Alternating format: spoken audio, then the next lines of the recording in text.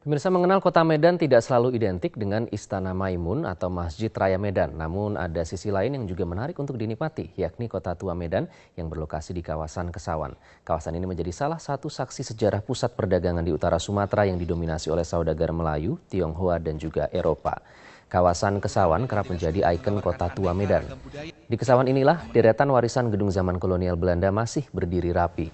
Yang paling dikenal adalah gedung milik perusahaan perkebunan Harrisons and Crossfield.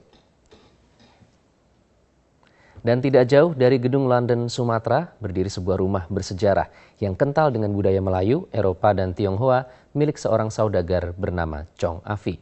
Kesawan dulunya adalah titik pertemuan para pedagang di masa silam. Namun seiring waktu, jejak Kesawan tidak lagi menawan karena tidak ada perhatian serius dari pemerintah setempat.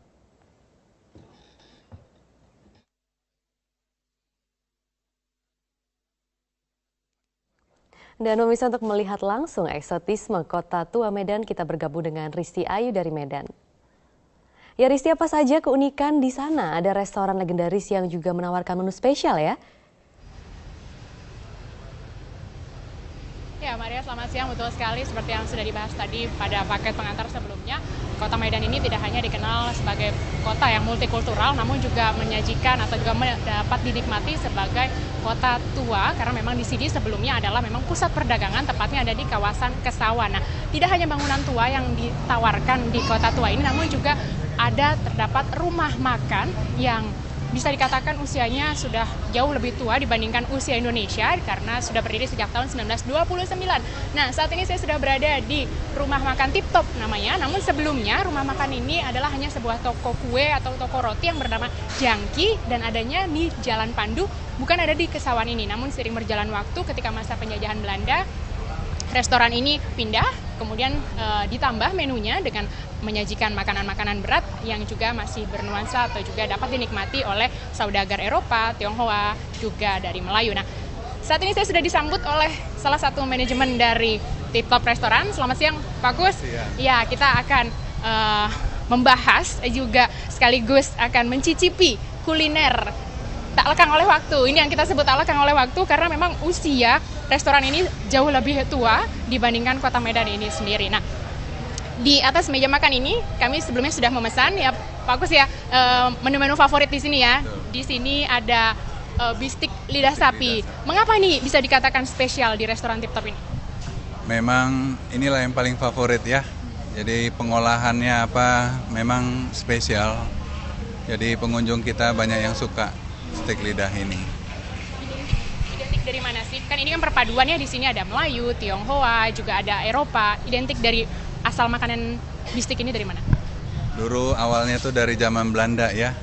Nah, ini stik lidah ini dari sanalah berasal. Jadi memang secara tradisional diolah, juga bumbu stik kita bikin sendiri ya. Jadi pengolahannya memang spesial. Ya betul. Dari zaman Belanda dulu sampai sekarang.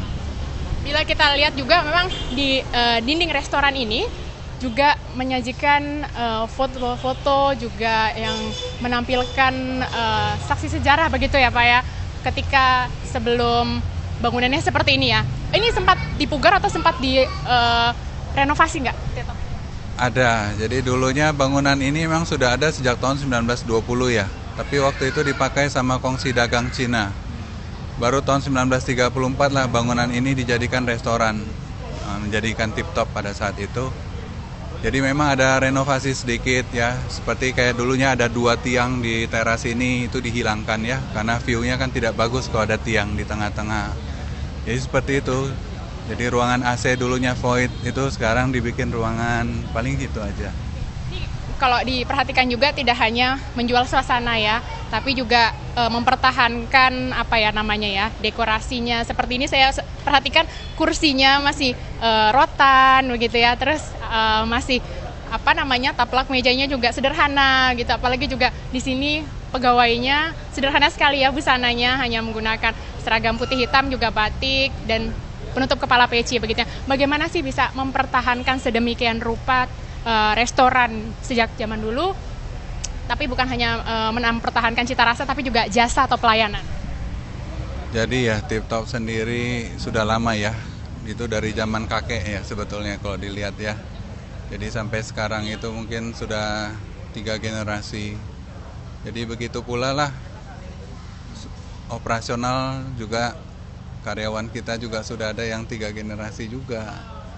Ada yang puluhan tahun sampai sekarang. Jadi ya saya harap juga ya, baik kayak tadi jasa atau pelayanan itu tetap dipertahankan ya. Dari mereka yang dulu sampai yang baru pun mereka tetap bisa jaga. Sejauh ini pengunjung masih tetap ramai ya, bisa mempertahankan? Ya, terutama di Sabtu Minggu lah, weekend atau hari libur ya. Ya.